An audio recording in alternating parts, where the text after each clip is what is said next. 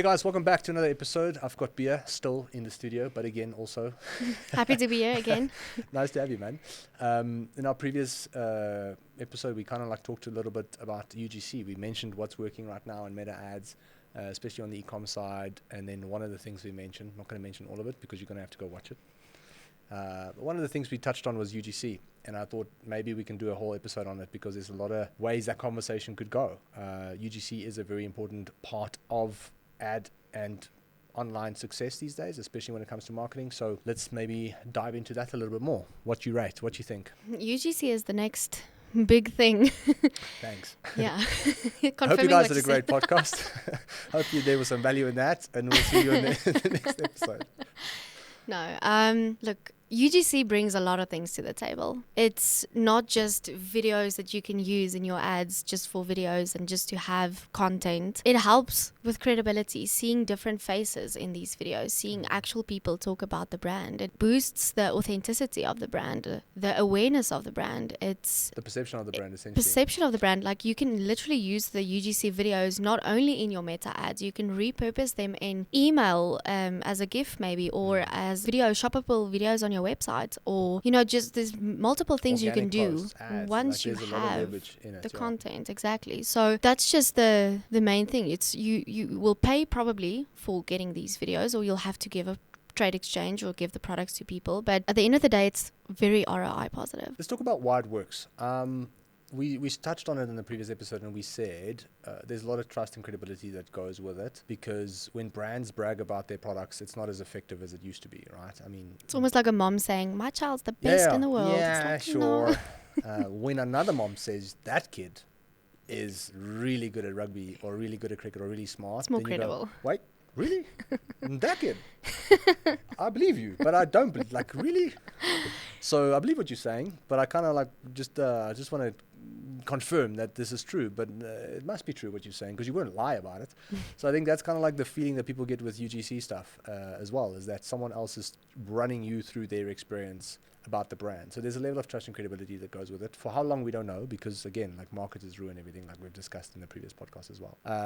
It potentially works because I think we mentioned, like, it also goes underneath the bullshit radar a little bit, because it looks like an actual reel on TikTok. Yeah. UGC, I think TikTok in itself is one of the main reasons why UGC has gotten so big, maybe. Yeah. I'm not saying it's the only thing. I think there's a lot of factors that play a role. Creators the creator economy is obviously something in itself. However, TikTok was that first platform that went from, hey guys, you no longer need a massive following in order to reach a lot of people. You can literally just create content, and the algorithm will find people that matches that content. And the more creators started creating content and spoke about their journeys and gave feedback on what they do, what they don't do, their routines, their habits, the products they like, what they don't like, I believe the bigger UGC actually became. And now Instagram is restricted, or actually lifted its restriction on the algorithm as well, because Instagram is also like, if you have 10,000 followers, 500 of them will see it. Now you can literally have 0 followers and still 500 people see it. So my thoughts are, thanks to TikTok, UGC is where it is.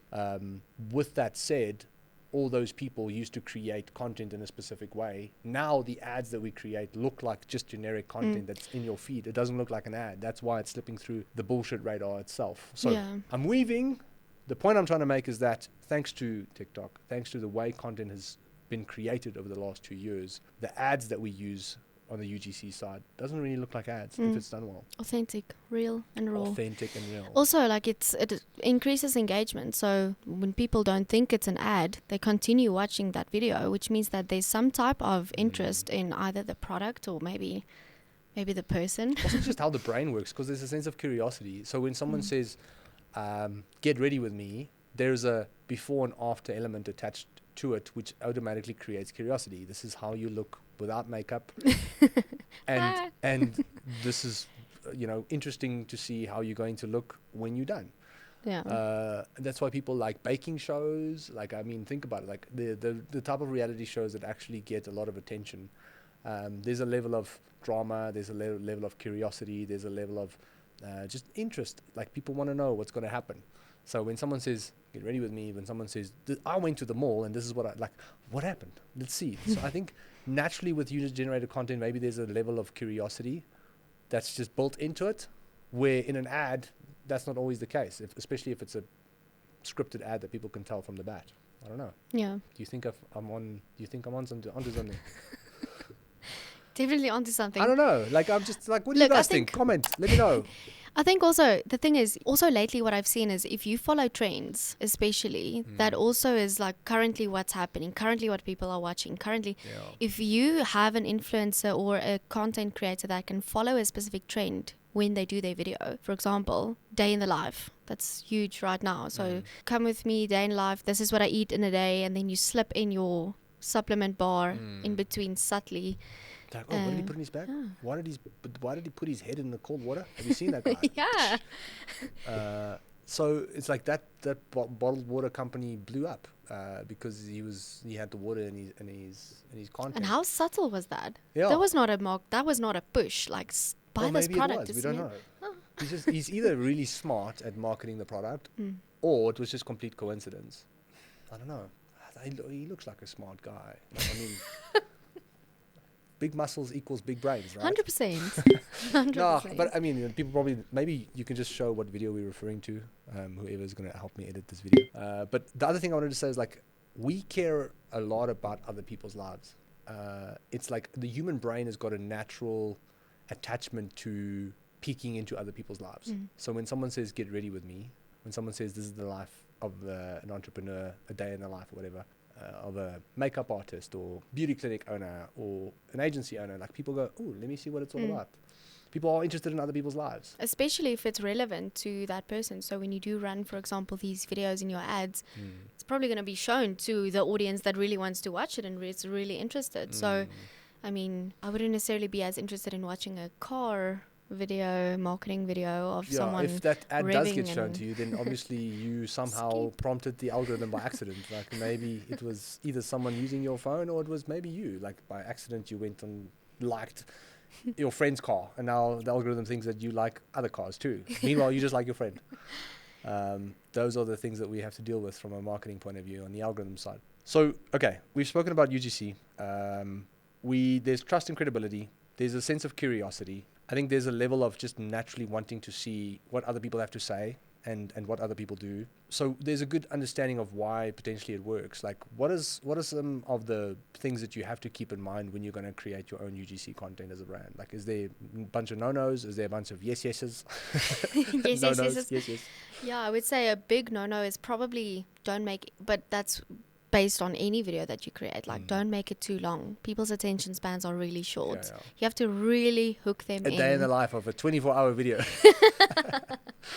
That's not going to work. YouTube vlog, no. So hooking them in, like getting to the point quickly at the beginning, but then keeping them there. Holding them there to watch the full video and watch what you're actually about to do, making it relevant. Yeah. People always ask, like, what is the ideal length for an ad? And I just like to go, like, what was the original timestamp of Instagram Reels and TikTok Reels when it came out? When was it? Like a minute, 60 seconds. Oh, yeah. And I think it's 90 seconds. And you can post longer content now. I think you can post up to an hour now. But the point was, like, it was 60 seconds, then 90 seconds for so long that our brains have almost been programmed to... That's how long you want to give something before you actually you give it like 10 seconds before you decide to continue watching or not. But if anything is longer than 2 minutes, it's almost like the brain just feels this is going to be so much effort. Yeah.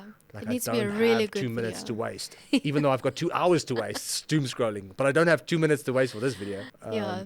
No, I would say I've seen that if it's a product that's, I would say, slightly less expensive, it's not like a huge decision that you need to make before purchasing. I would say videos between 15 and 30 seconds work really well. That's like hooking them in. They're sold. It's not that big of a massive decision that they need to make to go to the website and purchase, because it's not as expensive maybe.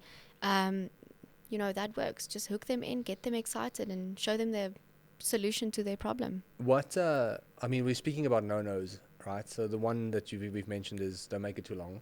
Keep it within 90 seconds, ideally.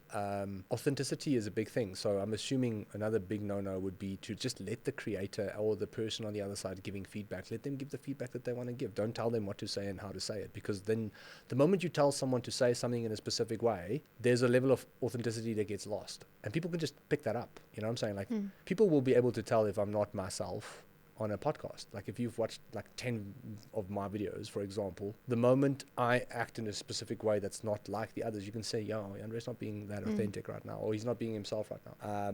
Same with everybody else. So when it comes to you giving product to a creator, would you agree that at the end of the day, like, it's just so crucial for them to be their most authentic self? And as a brand owner, you have to step back and let them say what they need to say. 100%. Not just for the viewer, not just for the person seeing this and seeing, oh, this is authentic. It's really great if you, as a business owner, can hear the feedback and maybe work on that, or add it to frequently asked questions, or, you know, address some common concerns that some people might have on that product. So it's just good, positive feedback. Well, not necessarily positive feedback, but it's good feedback to get on your products. I also think, like, I've seen this a few times where by highlighting a single flaw in the product, nothing major, but like, you can just be honest and say the taste is not the most amazing thing I've had. However, the results are insane. It's almost like people will believe you more just because of the fact that you pointed out that there's something wrong with it, right? Because we live in a world where everybody pretends like their products are perfect. My products are the best. They're ethically sourced. Are they really? Like, have you gone to the African mines where they're using child labor kids? You know, did you double check there were no kids in that mine? Are you sure? Are you sure it's not a sweatshop in China? We don't know. Like, we want to say ethically sourced unless you're 100% sure. But the point I'm trying to make is that we often claim that our products are so freaking amazing and that they are revolutionary and they've got all these USPs. And I would like to think that there are really great products out there. But in my mind, I think if you've been around for at least if you've been an adult for at least 5 to 6 or 7 years, you're going to quickly realize, hey, not everything people say is true. So the moment someone goes, this is what I don't like about it, but this is what I do like about it, it's just real feedback. I feel like that is got a higher level of trust and credibility and would have a much higher uptake in engagement and potentially sales as well. And I think brand owners are so scared of highlighting the flaws of their product, you know, because we want to be perfect. I see that with us as an agency. Like, if I tell people straight, we're not perfect. We're most likely going to make mistakes. There's a good chance you're going to want to leave at 6 months' time or a year's time. I don't know. It's the natural evolution of just how things are. We're not perfect. We make mistakes. However, at the same time, if we work at this relationship and we stay on course, on the same page, and we communicate transparently in authenticity, and you trust us and we trust you, then we are going to have a great relationship. It's almost like that whole thing that Starbucks did where they deliberately spelled your name wrong. Everyone was like taking photos of it saying, I'm Ben, not B-R, Ben. And I think that was definitely a marketing stunt. It was a really smart marketing stunt. So make sure that people spell do all the products wrong. Spell everything No, it's really just if a creator makes a video and they really want to give you their honest feedback, you can see when they're honest and when they're lying about this and getting paid for this. It's just giving honest feedback. It's positive all around. So no-nos, we've got, we said the time frame, 90 seconds. We said give the creator the freedom to say what they want to say, or at least do what they need to do. What else? Another big no-no, I think the final massive big no-no is that if you find a creator your audience won't resonate with. So you need to be able to understand where your brand is positioned in the markets and who your ideal customers are, and find people similar to that to promote and make a video of them using the product. What I'm hearing you say is, like, make sure you give the product to people who actually have the same pain points as the people that you're trying to sell the product to. You know exactly. It's like, you can't just give the product to everybody. Yeah. It's like, I'm going to give, let's say we launch a nutrition brand and it's like a pre-workout. I'm not going to, it's like a dominant, hardcore, high caffeine, all kinds of bad shit in there that's going to make you want to F up the gym. I'm not going to give that to my mom. I'm like, this is follow me through my workouts. That's a good analogy. It's like, people are going to be like, I don't want to buy that. Will that cause? Well, yeah. So No. it's almost like, I think in a way you want to make sure that the people that you're giving the product to in order to create content, ideally they should also be the people who would be keen to buy the product Yeah. based on the pain points. I really agree. Um, So what would you say is the different types of UGC videos that creators can create? Probably the worst person to ask because I skip those videos all the time. That's not good. Because I know they're ads, but most consumers probably don't. So I don't know. I think there's a bunch, right? We've got unboxing. People love unboxing. It'll always be something interesting. Unboxing videos are not going out of fashion soon. Probably will be at some point because they're going to get overdone. But there's just something that there's a level of curiosity that goes with unboxing. What's in the box? Yeah. It's like, what is in the box? Like, what is actually in the box? Even though I know there's an iPhone in there that I've seen a billion times because it's been the same iPhone for the last 10 years, but I'm still keen to see what it looks like if they open it up. So it's almost like unboxing has got a natural sense of curiosity, which is why it works, right? It all comes back to the human brain. What is the human brain attached to? It attached to curiosity. It attached to uncertainty. It attached to something that's entertaining, storytelling.